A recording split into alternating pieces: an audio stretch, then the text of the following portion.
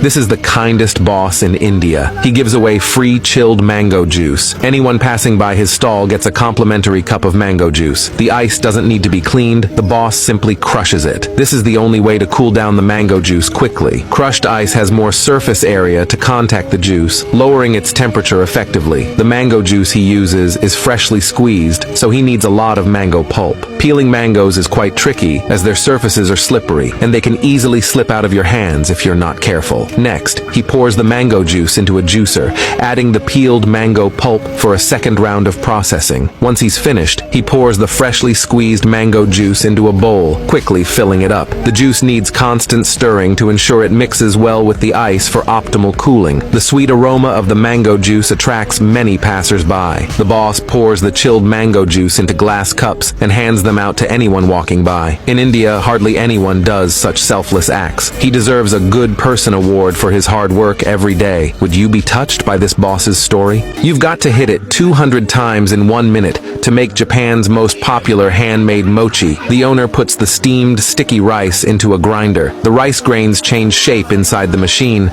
becoming a smooth ball of sticky rice. Next comes the non-stop pounding. This job takes serious endurance and arm strength, and it requires perfect teamwork from 2 people. They have to know exactly when to swing the wooden hammer. They take turns pounding, keeping the rice in a constant state of being hit. During this process, the owner keeps brushing water on the mochi to stop it from getting dry and hard. The water also helps reduce the heat generated from all the pounding. Thanks to their hard work, the mochi is ready in no time. Then the owner puts the mochi into a machine. The mochi comes out from the bottom of the machine, getting squeezed into smooth little balls of mochi. Next, the owner coats the mochi with soybean flour, giving it a new flavor and making it look even better. The owner arranges the finished mochi on a tray, and they look super neat and tidy. Just by looking at the mochi, you're bound to be tempted. The outside is soft, chewy, and bouncy, while inside is filled with smooth, sweet red bean paste. Want to give it a try? This elderly man was featured on a South Korean TV show just because he makes the most delicious donuts in the world. He pours a large amount of cooking oil into the pot. Heating the oil takes a lot of time. During the heating,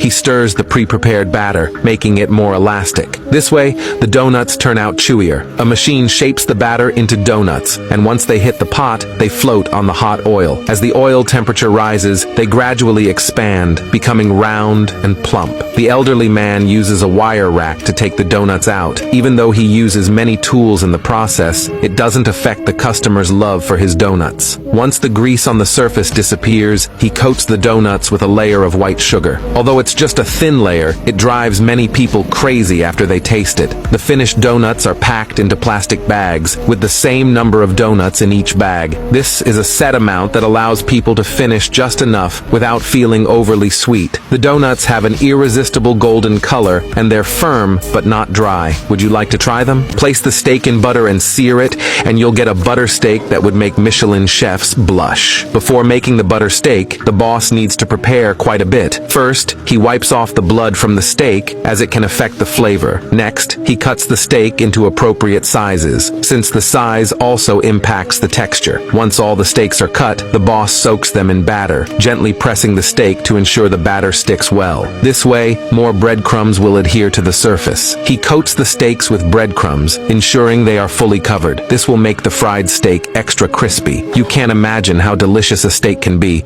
crispy on the outside and tender on the inside. Next, the boss places the steak in a pan to fry, immersing it in hot oil through a mesh. The hot oil instantly begins to bubble, and the mesh prevents the steak from disappearing while frying. Once the steak is done frying, the boss cuts it into thin slices, and you can hear the crispy sound as he cuts. After slicing, he spreads butter on a stone slab and places the steak on top. As the steak heats in the butter, it gradually turns a rich brown, releasing a mouth-watering aroma. Would you like to give it a try?